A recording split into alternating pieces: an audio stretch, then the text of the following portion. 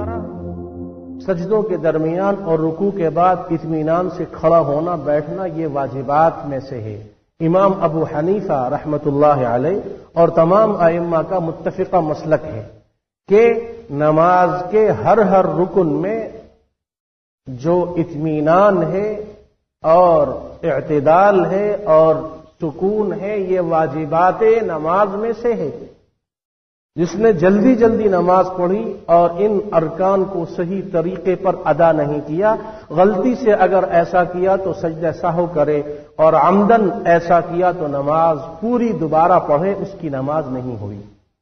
اب ہمارے ہاں رکوع سے اٹھتے سیدھا کھڑا ہونے سے پہلے ہی دھڑام سے نیچے جا گرتے ہیں، اور دو سجدوں کے درمیان اطمینان سے بیٹھنے سے پہلے ہی سر دوبارہ لگا دیتے ہیں۔ اتنی جلدی ہوتی ہے گویا کہ یہ راہ فرار اختیار کرنا چاہتے ہیں۔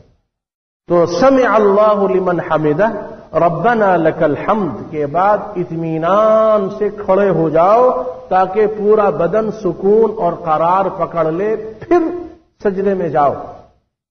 یہ واجب ہے، اور واجب چھوڑنے سے نماز بیکار اور فاسد اور باطل ہو جاتی ہے۔ اگر جان بوجھ کر ایسا کیا، غلطی سے کیا تو سجدہ سہو ہے۔ اسی طرح دو سجدوں کے درمیان بیٹھنا کہ پورا بدن سکون اور قرار پکڑ لے، یہ بھی واجبات نماز میں سے ہے۔ اور اس کے لیے جو طریقہ کار ہے وہ یہ ہے کہ امام، ہمارے مسجدوں کے امام اور خطیب، ان کی ذمہ داری ہے کہ وہ نمازیوں کی تربیت کریں، نمازیوں کی تربیت کریں، یعنی امام نمازیوں کی عادت ایسی بنا دے کہ وہ رکوع کے بعد اور سجدوں کے درمیان اطمینان اور سکون سے کھڑے ہوں یا بیٹھیں، اس کے بعد وہ سجدے میں جائیں یا دوسرے سجدے میں جائیں، اور اس کے لیے اگر وہ دعا پڑھ لی جائے تو اس بہانے اطمینان سے کھڑے ہونے کا موقع مل جائے گا۔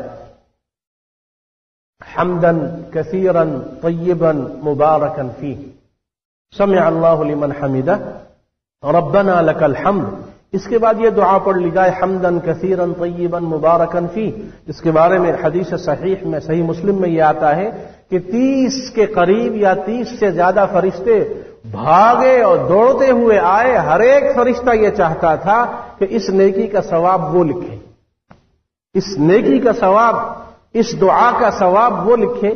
اور وہ دعا کیا تھی؟ حمدن کثیرا طیبا مبارکا فیہ، اتنی زیادہ اجر و ثواب والی یہ دعا ہے۔ رکوع کے بعد کھڑے ہو کر قومے میں یہ پڑھی جاتی ہے۔ سجدے میں رب اغفر لی وارحمنی وعافنی ہے، اللہم اغفر لی وارحمنی وارزقنی واہدنی واجبرنی، تو یہ دعا ہے دو سجدوں کے درمیان کی۔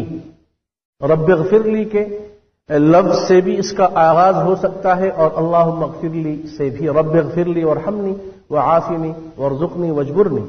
یہ دعا پڑھنے سے یہ فائدہ ہوگا کہ تھوڑی دیر انسان اطمینان سے بیٹھ کر پھر دوسرا سجدہ وہ کرے گا، اس طرح ایک اہم واجب عمل مکمل طریقے پہ ادا ہو جائے گا اور احادیث پر مکمل عمل بھی ہو جائے گا۔